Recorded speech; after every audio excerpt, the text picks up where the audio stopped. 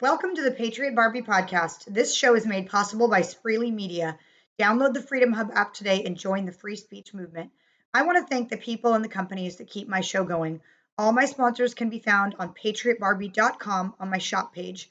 Century H2O, water systems for your home that provide clean, toxic-free, fluoride-free, and pharmaceutical-free drinking water for your family and pets for under $300. Dylan's Restaurants has been a proud podcast partner for years, and the owner is my personal friend. With 4 locations throughout Arizona, you'll always find one to dine at and love, especially the zoo. Well, especially the ranch. Well, maybe the one floating on Lake Pleasant. Dang it, they're all good. Support your freedom-loving businesses, and please check out Dylan's Restaurants. Small business owners, claim your employee retention tax credit for 2020 and 21 with an accountant you can trust. If you don't know what this is, you could be missing out on hundreds of thousands of dollars. Go to patriotbarbie.com and click on my partners page to read up. My Freedom Cart, a conservative-owned, made-in-America, toxic-free company that lets you shop online and delivers everything to your front door. Clean products, protein, snacks, hair care, makeup, toiletries. Dude, ditch Amazon, keep the perks, and support a pro-life and pro-freedom company. myfreedomcart.com. My Beautiful Smile is brought to you by Dr. Daniel Slyke. His dental team is passionate, detailed, gentle, and clearly very talented. My entire smile has been restored to stunning, and I owe it all to him. He's right here in Scottsdale, and consults are free.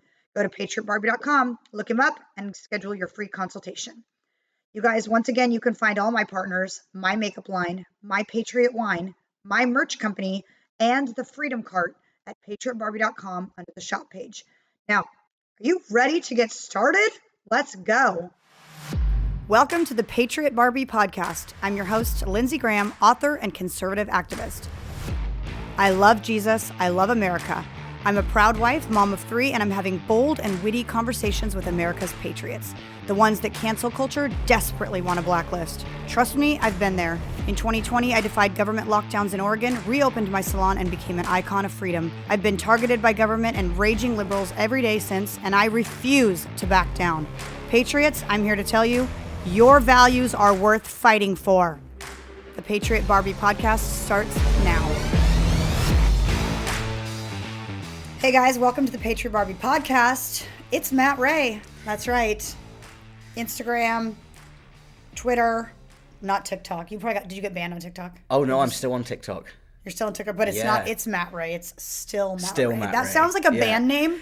like they deleted it's Matt Rey, and then you're like still Matt Rey. I was like that's it's my still next me. account. You can't get rid of me. Yeah, instead of 2.0 like everybody else does, you're like still here.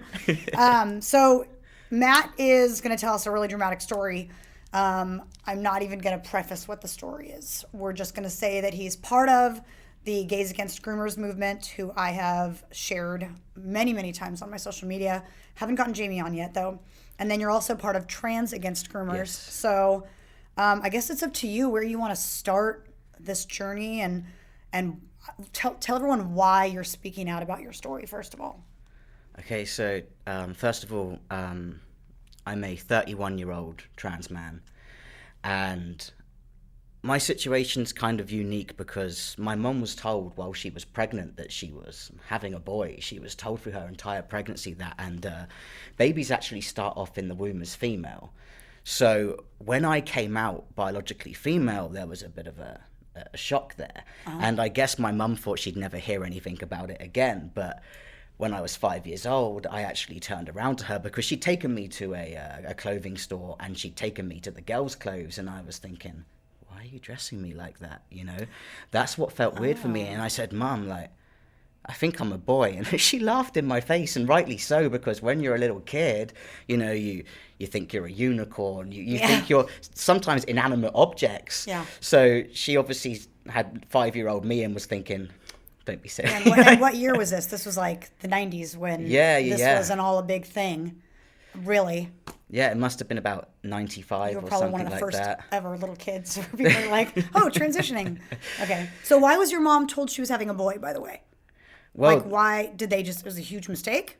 I don't know, But it wasn't a hormone test or anything? Like, she hasn't told me that far, but all I know is that call mom. I need right to now. ring her up, Call Mom. her. Why did she? Mom, think we got a this? question live. No.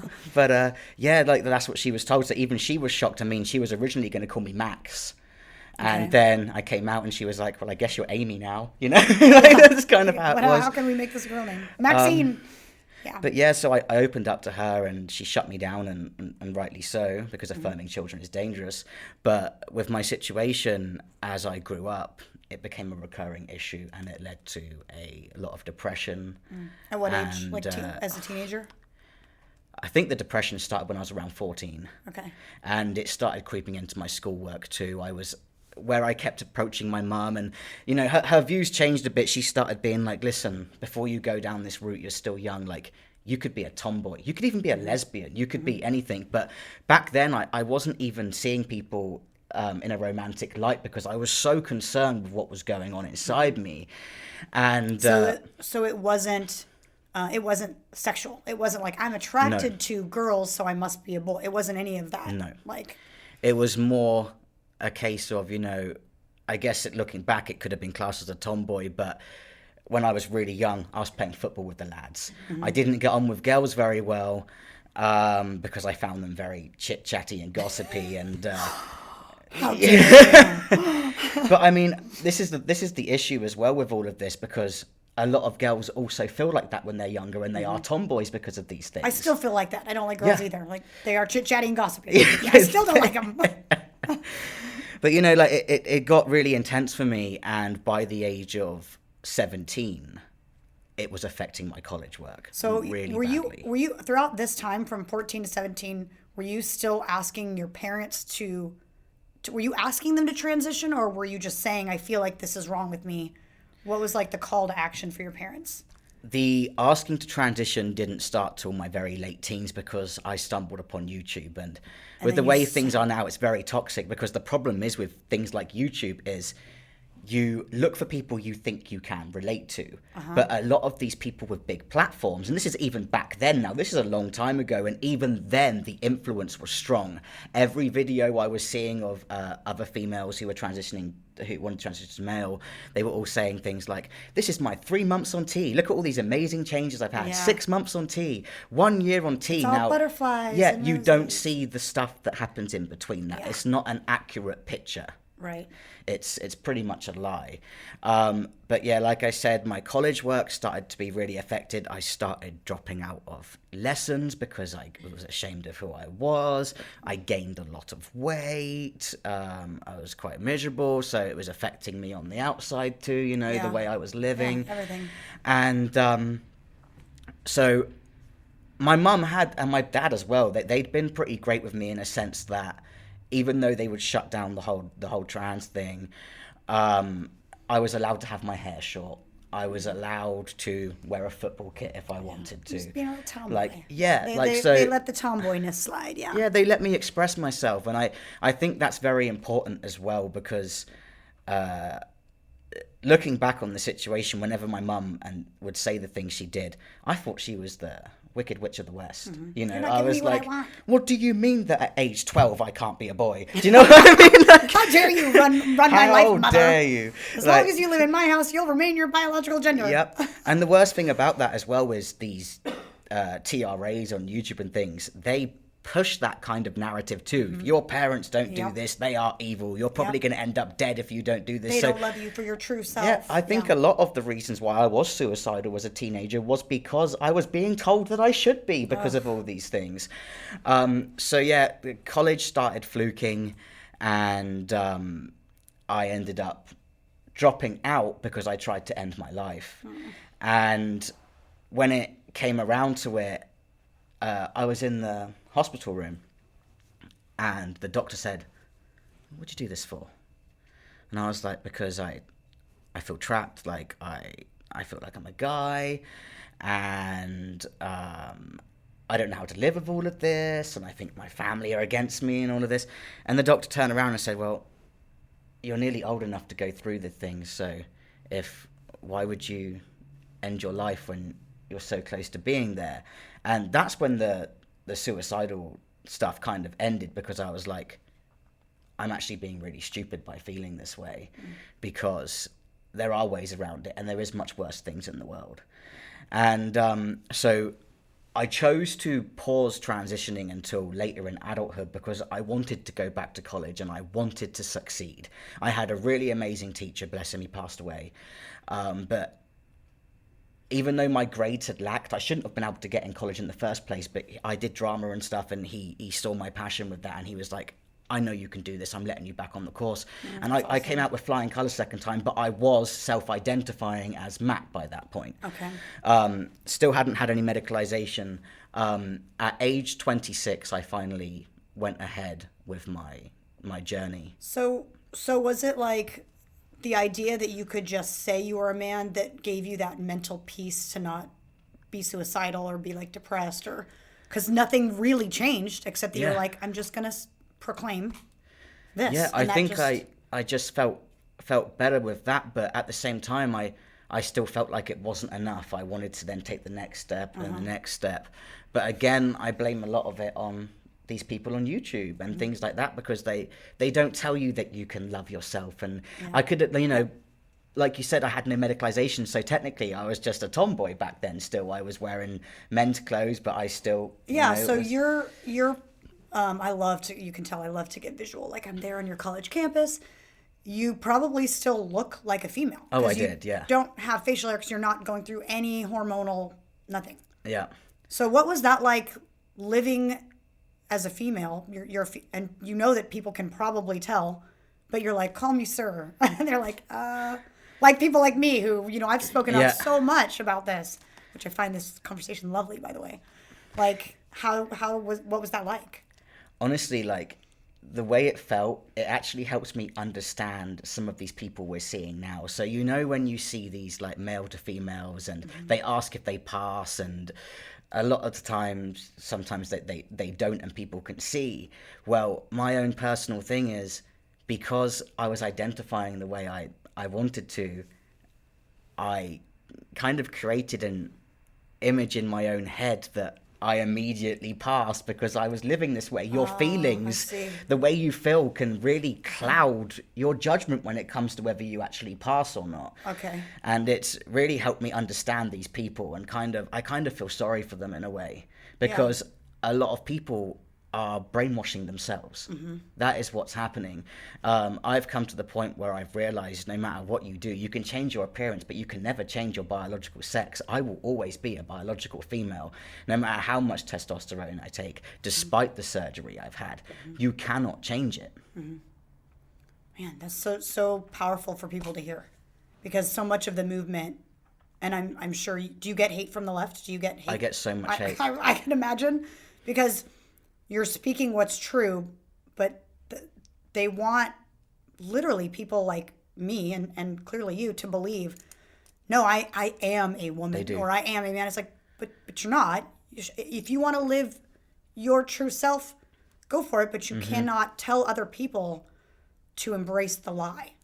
Absolutely. And like some of the things they've said to me, like, I've had some really dark days, and my wife's been my absolute rock through all of it, because sometimes I've gotten a lot stronger with the comments, but sometimes people are just so dark. I've had people tell me that I would have rounded up my own people in the Holocaust.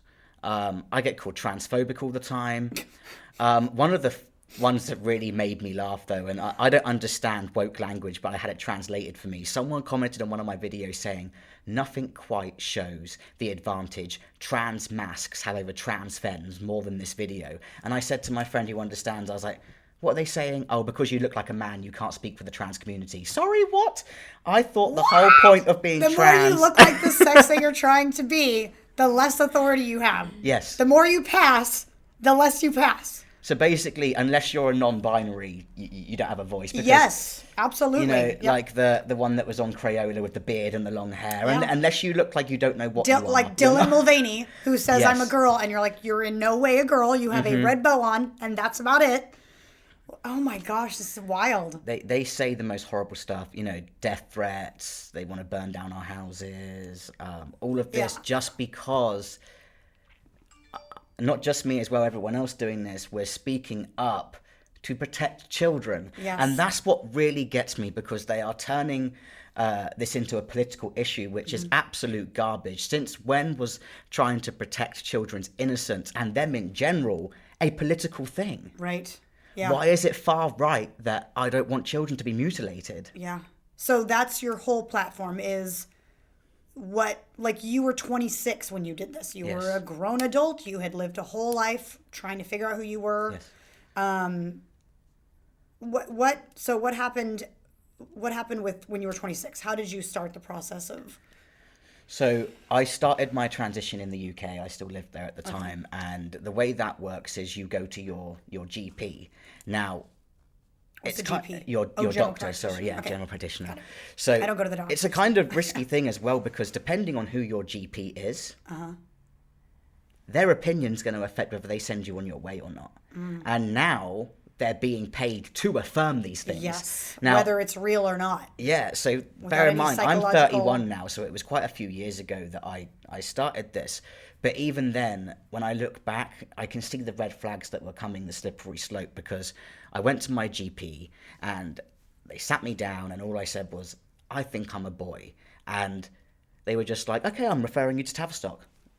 Just like that. Yep. Just like that. So then there was a bit of a wait to go to Tavistock, because that's the sole gender clinic in the UK. It's actually been shut down now for not being safe for kids. Oh my gosh. Yes, that's the one that was all over the news. That's where I went. Wow. And I noticed some crazy things while I was there. So that my first appointment that I had there,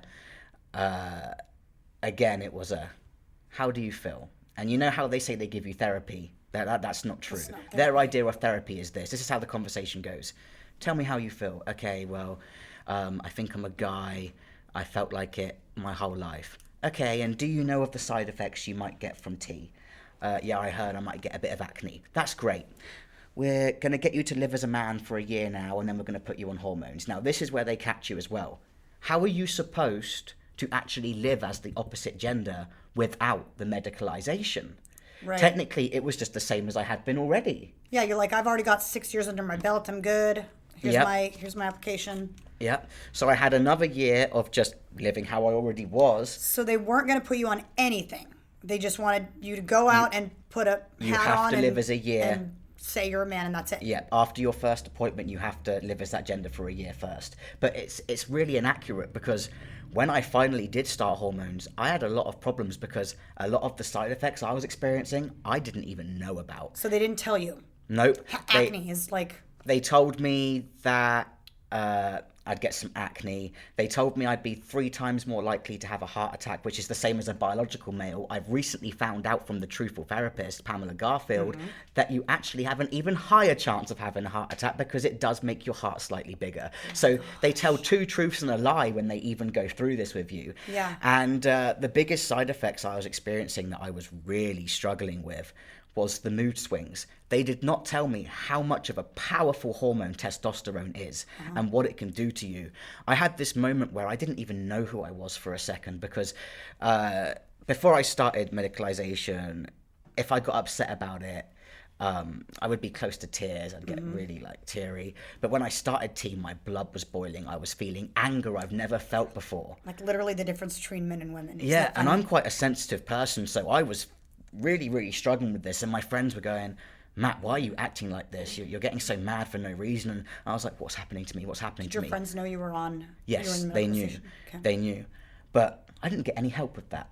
I got no support with that. They didn't explain to me these things would happen. So I was having like a crisis of identity. Like, Yeah. is this Again. changing who I am? Yeah. Yeah, another one. And I was already confused, you know? Yeah.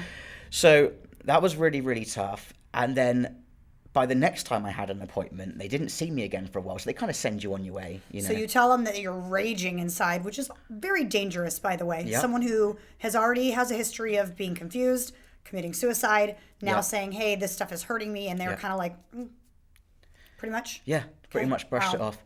And then my next appointment at the gender clinic wasn't even to evaluate how it was going.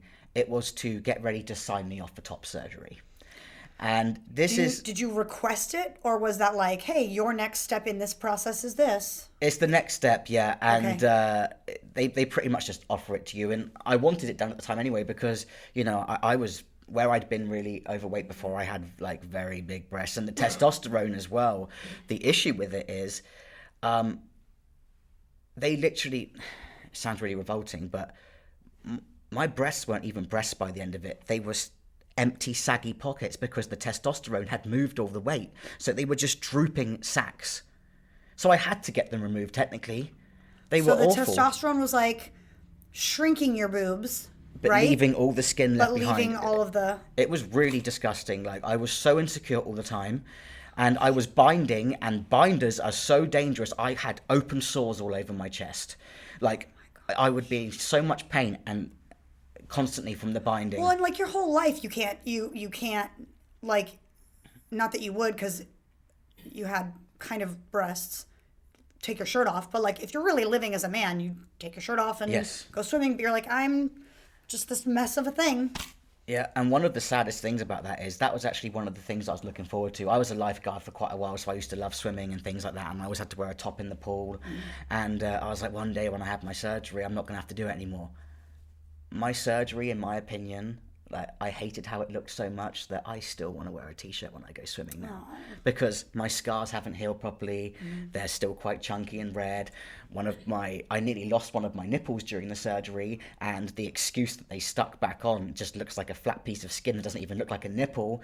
So I feel like I was butchered. I showed it to Jamie and Sasha, and they actually made me feel a bit better because they were like, it doesn't look as bad as you think it does. But I've had a lot of issues with it too. And one of the things that really hurts me is that my wife can't even cuddle me when we're lying down because it causes my whole body to spasm because I have muscle damage from where they did the surgery. If she even lays on me here, my body starts literally physically jolting.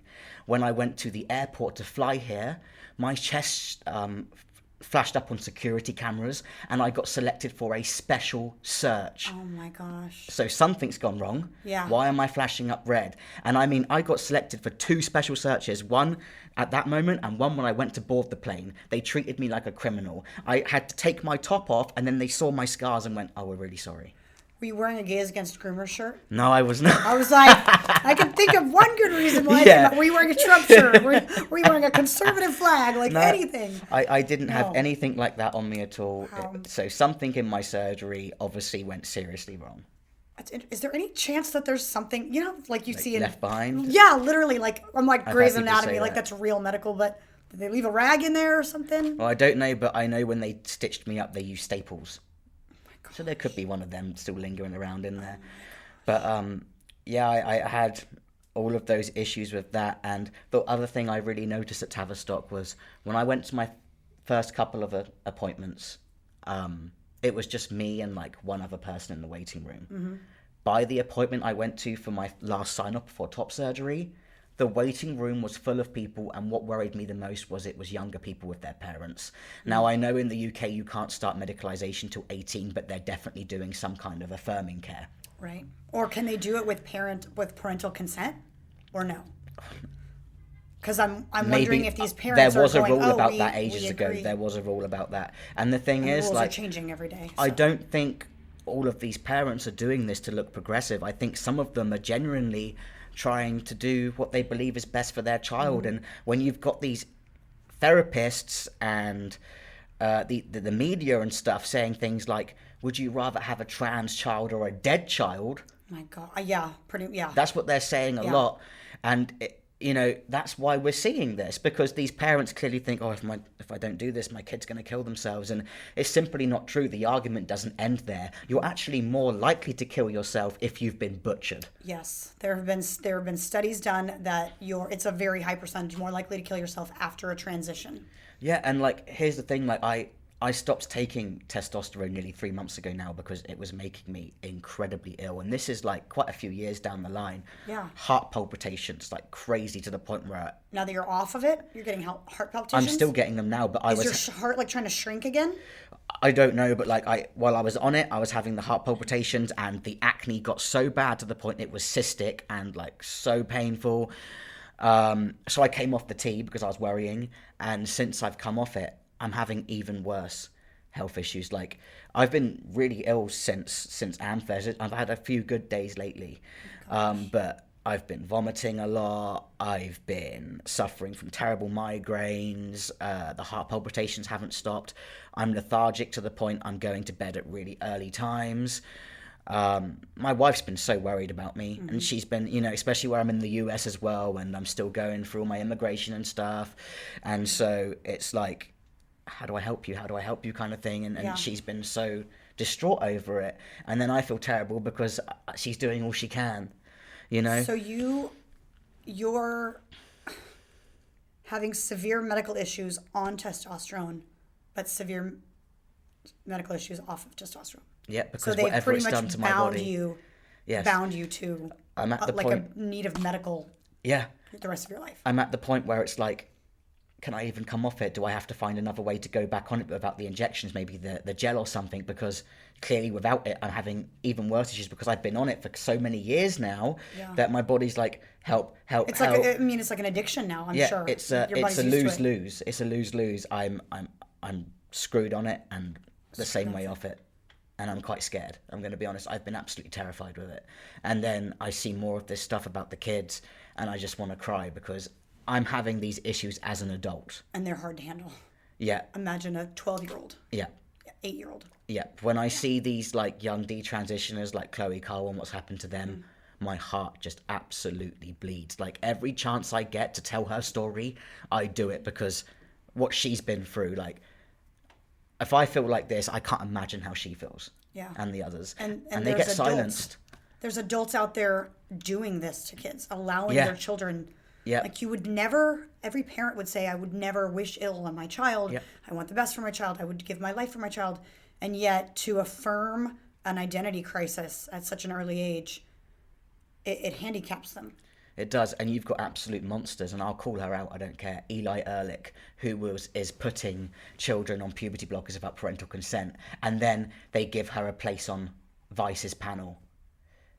People like myself, or Buck Angel, Blair, could be on these panels telling the truth, and instead they prop up people like that. That are hurting kids. They're monsters, and I think everyone who's been doing this, we all need to keep a list because one day we will hold these people accountable. People like Dr. Gallagher who are mutilating kids in Florida and calling themselves the Yeet the Teat surgeon.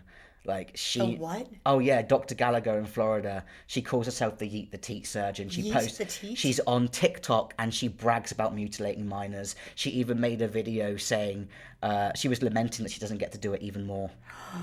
And she came under fire recently because she literally botched a surgery and it went viral. Oh my gosh. So that poor kid. What age is she?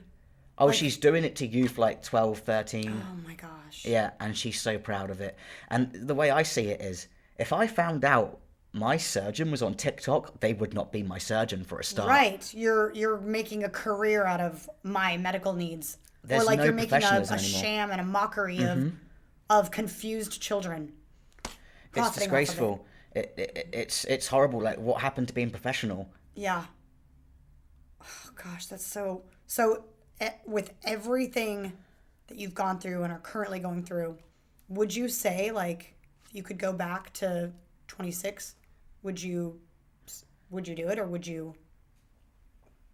No, because even though I found out during those appointments that I was technically intersex, they had to do tests on me. I didn't know I was intersex until I went down to that clinic. I had no idea. So what does intersex mean? That's what you're saying, right? Intersex. Yeah. So basically, even though I was born with the female parts, it kind of ties in with what my mum was told because they had to do blood tests on me before they put me on hormones, and it came back that I naturally had 10 times more testosterone in my body than a biological woman should have to start with, and it was nothing to do with polycystic ovaries or anything like that. So when that came out, I was pulled into a room, and the doctor was like, I need to bring a woman in because I actually have to check you down below to see if you have any abnormalities because you're technically intersex. And so I didn't have any down there, but the hormones and stuff came back. So I still didn't know that though until then. So the way I see it is, if I knew what I knew now, I would have been a girl, and that makes you really sad. Because now you can't be. No, because here's the thing, like some people do detransition, but look at me. Do I look female to you? I think you'd make a beautiful woman. But it's like my transition, like I have the facial hair, my voice is broken. That will never go back. If I tried to go back now, I'd have a worse time because I'd look like a male to female. I will never look like a female again no matter what I do. So all I can do... So now you feel stuck. Yeah. Because I Now feel you this feel way. stuck as a gender that you thought you were, that you know that you're not, and you wish you could go back to just what you were really born as. Yeah. So the way I see it now is I'm always going to look like this, so it's best to just stay being Matt.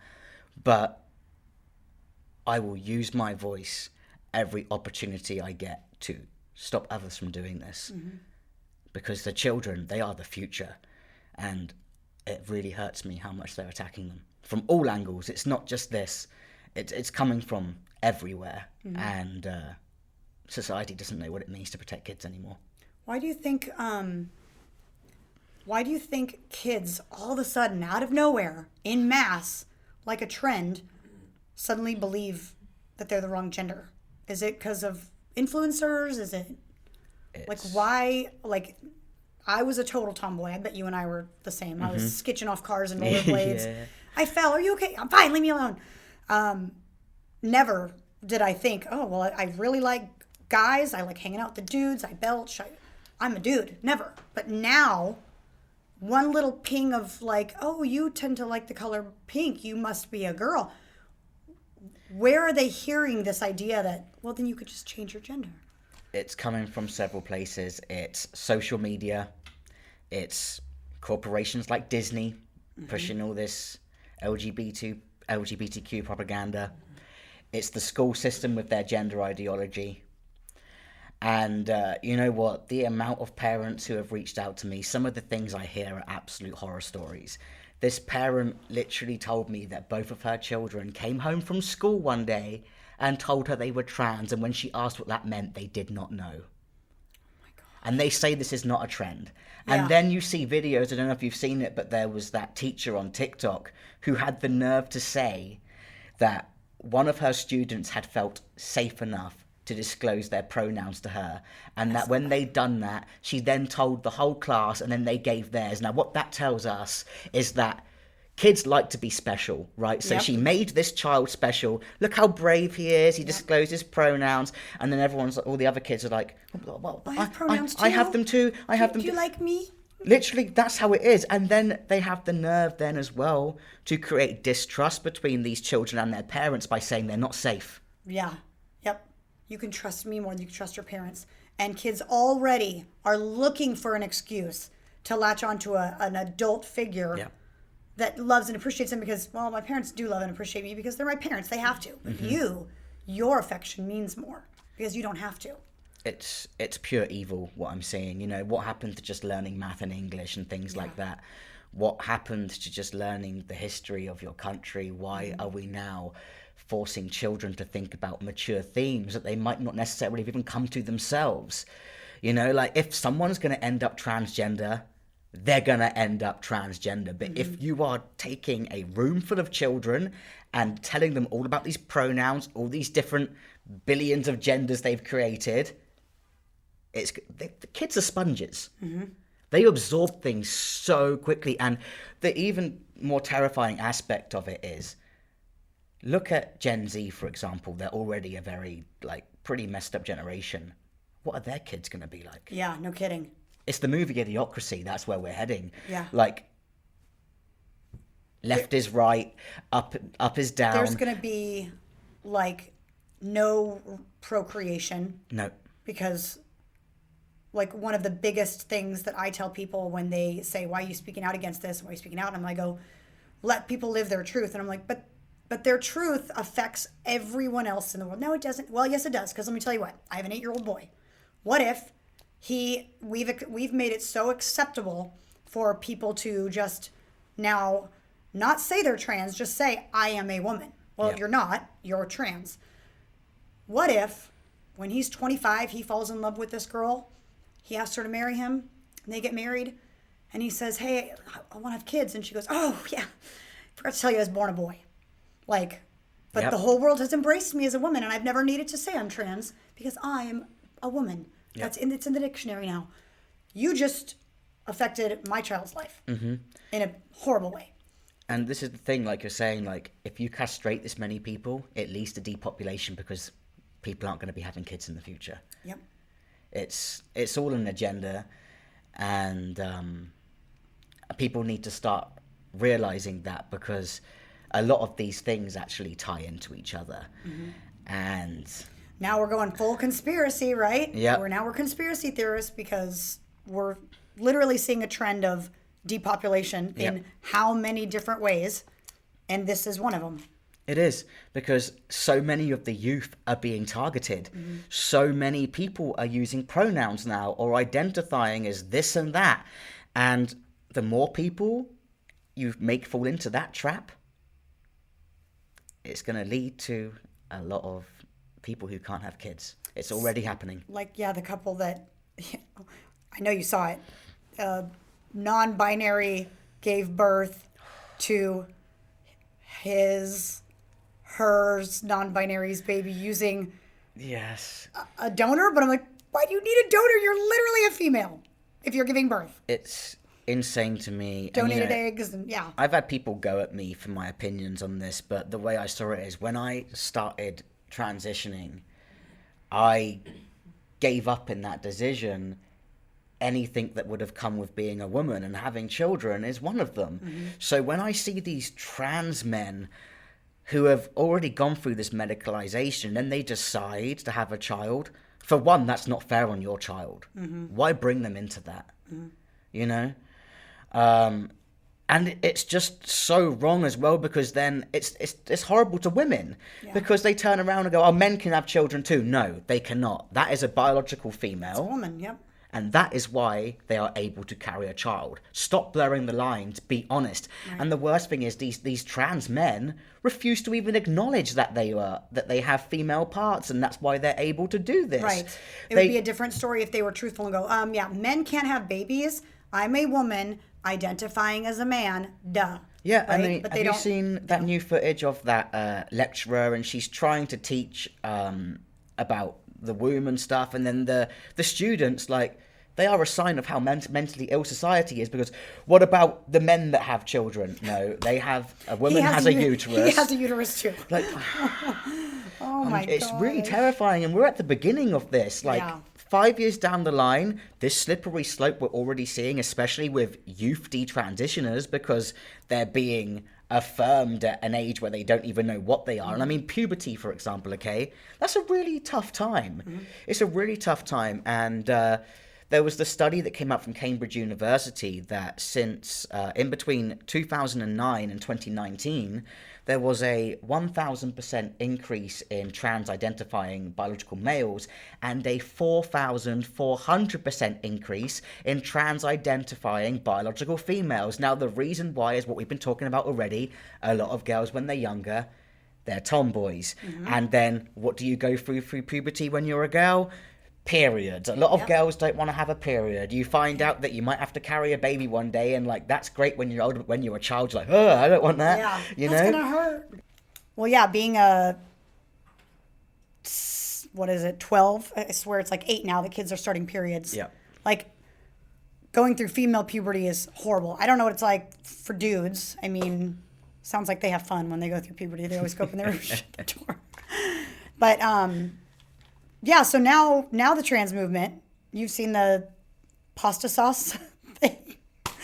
So it adds to the mental illness aspect of it, right? Because you don't need to bleed to, like, okay, you're going to walk around and say you're a female. You're really a man, right? You're going to walk around and say you're a female. You're not really going to have a period. No. Nor do you need to have a period to affirm yourself if you truly believe you're a girl. But they're sticking these cylindrical cubes of pasta sauce up their crevice. And when I say crevice, is because I don't know what there is down there. You don't want to know. I do. You don't want to know. And then letting it thaw out so that it's like simulating blood, I'm like, you're putting food up your body. Yeah.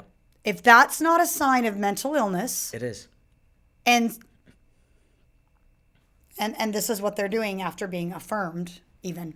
Yeah, and the other thing I'm noticing, and I'm sure you have as well, is a lot of it seems to be fetish. Mm-hmm. They can't talk about being trans, about making it sexual. Right. Yeah. But then they say that it's not. Then they say the pride flag, of course, is like, it's not about sex, Yeah. and it's like, but it is, because that's really what makes you and I different, is if you're human and I'm human and we have brown hair and we have brown eyes and we have skin and you sleep with the same gender and I sleep with, then that's what your flag is about.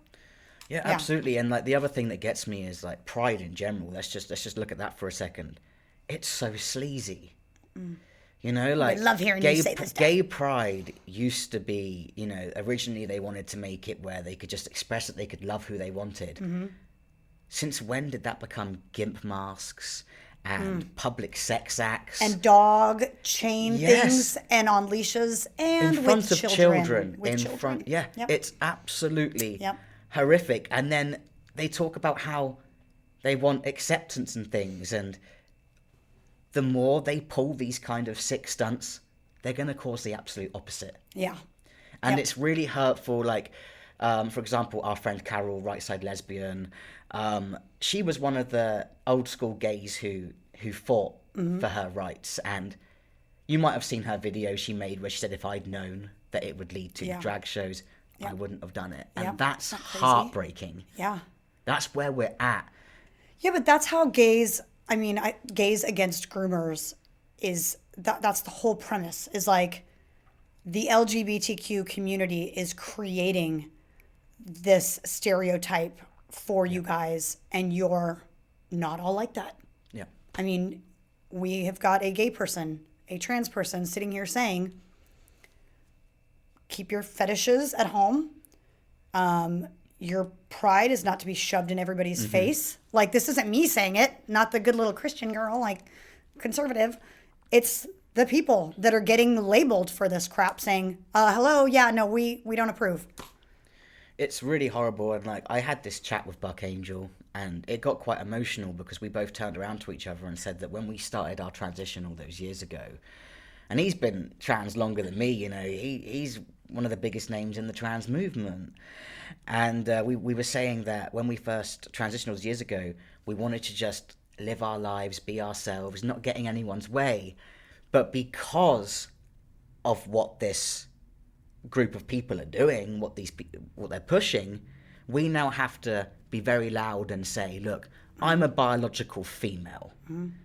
We have to do this stuff, because if not, kids are going to carry on being lied to. Yeah. I mean, the stuff they are learning in school right now with this gender ideology nonsense is complete fabrication. Education has turned into feelings over facts. Yep. Yeah. And it doesn't work like that. And feelings shouldn't even be in school. I mean, no, they shouldn't. At all. Like, these teachers, these TikTok gay teachers that are like, I should be able to share with my students who my partner's like, no. I didn't know who my third grade teacher was a lesbian. I had no clue. Yeah. Because back then, unfortunately, it was something that she had to kind of hide because of the stereotype and all those things.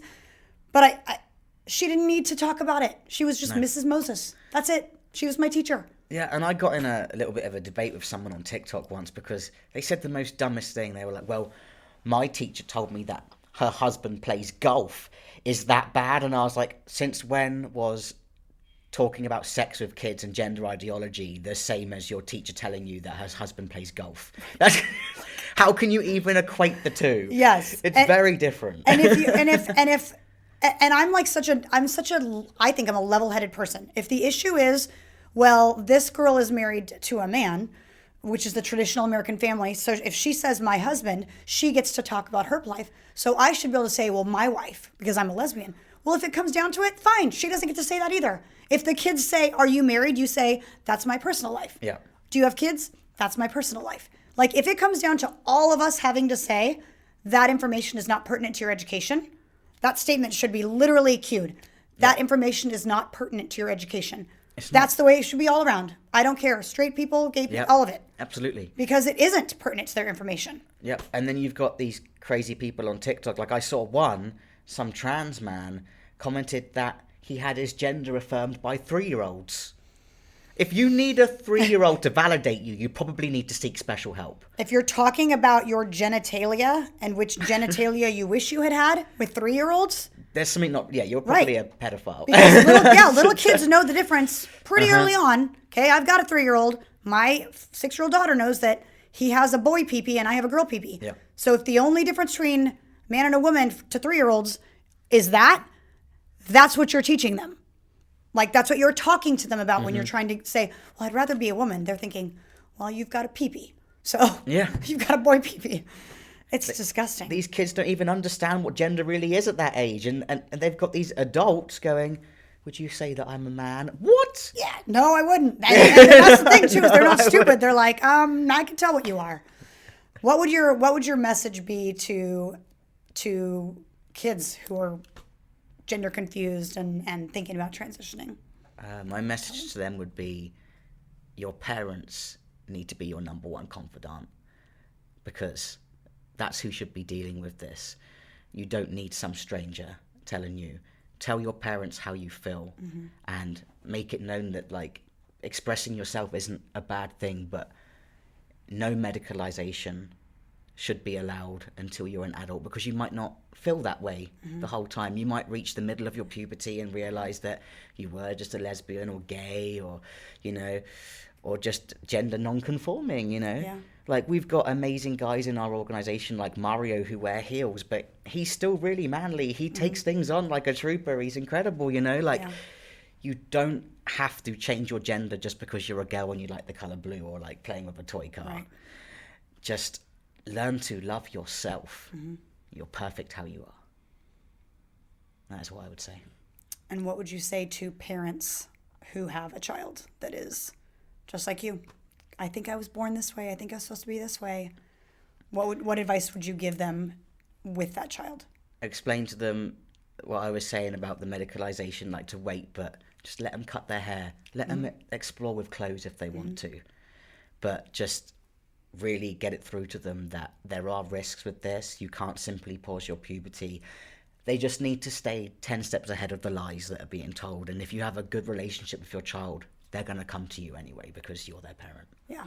Didn't Angelina Jolie let Shiloh live as like a boy and now she's back to being a she's beautiful young back. Woman. Yep. Yep. I don't think they transitioned her, right? They let her cut her hair and they let her dress in boy clothes and she grew out of it. And I wonder how many kids' lives would be saved if we just let that happen. I've had so many women comment on my videos and say stuff like, I'm so glad that I'm not a youth today because I used to think I was a boy and now I'm married with like 3 children. So many women say the same thing.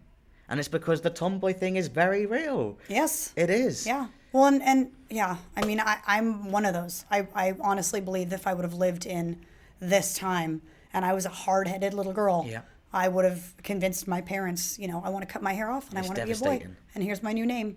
I tried to change my name so many times. They've got to stop Luckily, my parents, got to stop transing kids. It's crimes against humanity, crimes against children, and all of these monsters, like I said earlier, they will be held accountable one day. Because we're already seeing a huge rise in youth detransitioners, and in the next 5 years, it's going to be even worse. It's like a huge boulder rolling off a cliff. It's picking up speed, and it's becoming unstoppable. And I see you at the bottom of the boulder trying to push it back up, and you are just one person. But I will say this. We know that it's going to get worse because when you went through it, it wasn't popular, and now it is. So your voice right now means a lot because there's going to be hundreds of thousands of kids that are going to need your voice and your leadership and your help and your sympathy and your empathy because it's so sad to think that you're not going to be alone soon in your story. Like, your story is powerful and not enough people are telling it.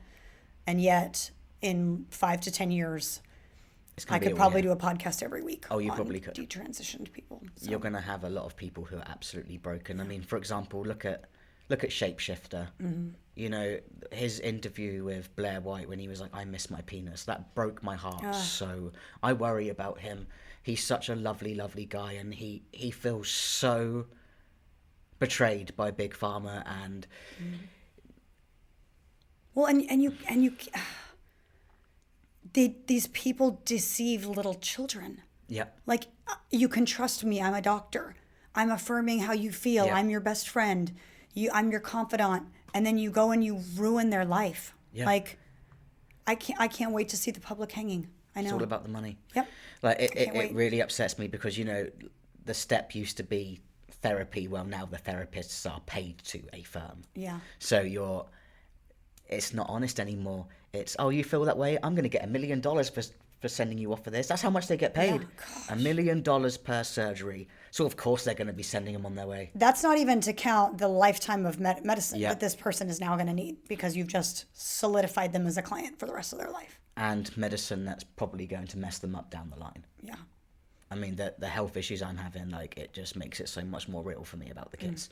Because I'm having all these problems as an adult, and Did you care? Did you care much about this? Like, oh, kids shouldn't go through this before you started realizing how much damage it was doing, or? Oh yeah, as soon as I found out that the children were starting to be targeted, I literally was turning to my wife, going, "I need to speak up about this. Yeah. Like, I know I've got anxiety, but someone's got to do it." I'm seeing so many people who are scared to speak out because they're scared of what the woke mob will say to them. But all I can say about that is, this isn't about you anymore. If you're scared, it's not about you. This is about the children who are the future.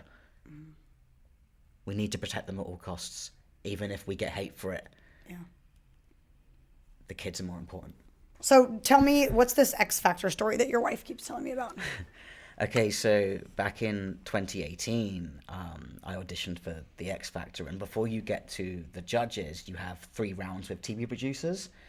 Anyway, I turned up for the third audition because I got through the other 2. They were video auditions, and they gave me a form to fill out. Now, the first question that comes up is, has anything traumatic happened in your life? So immediately they don't care if you can sing or not. They're looking for that sob story. Well, Yes. when they saw that I was trans, their face lit up and they said, "We've never had an openly trans contestant before." They're like, TV gold. Yep. At that moment, Yeah. I knew that it wasn't going to be about what I sounded like. So I sung my first song. They really liked it. They were like, "Sing another song, please." He's the best singer. Yeah, it was kind of Yeah. like that. I sung my second song, and I was like, "So you told me if I did a second song, that would be kind of good news. Is that good news?" And they were like, "Oh, it's extremely good news."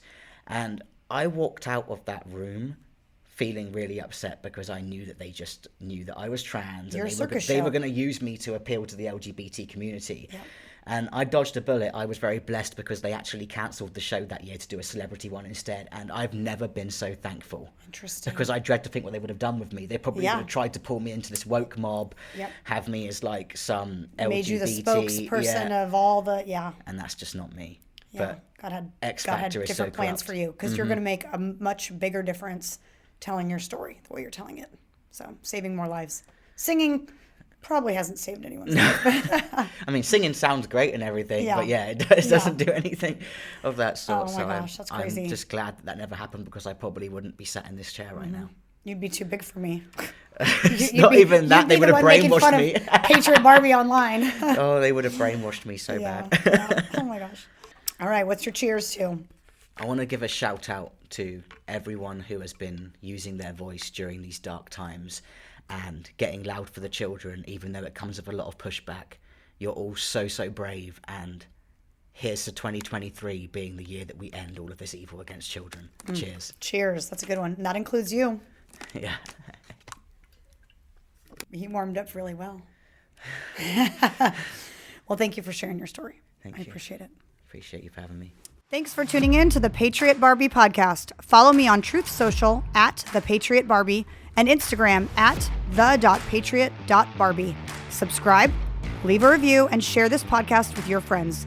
You can find this show, my book Targeted, and my apparel line on www.patriotbarbie.com. God bless America and God bless you.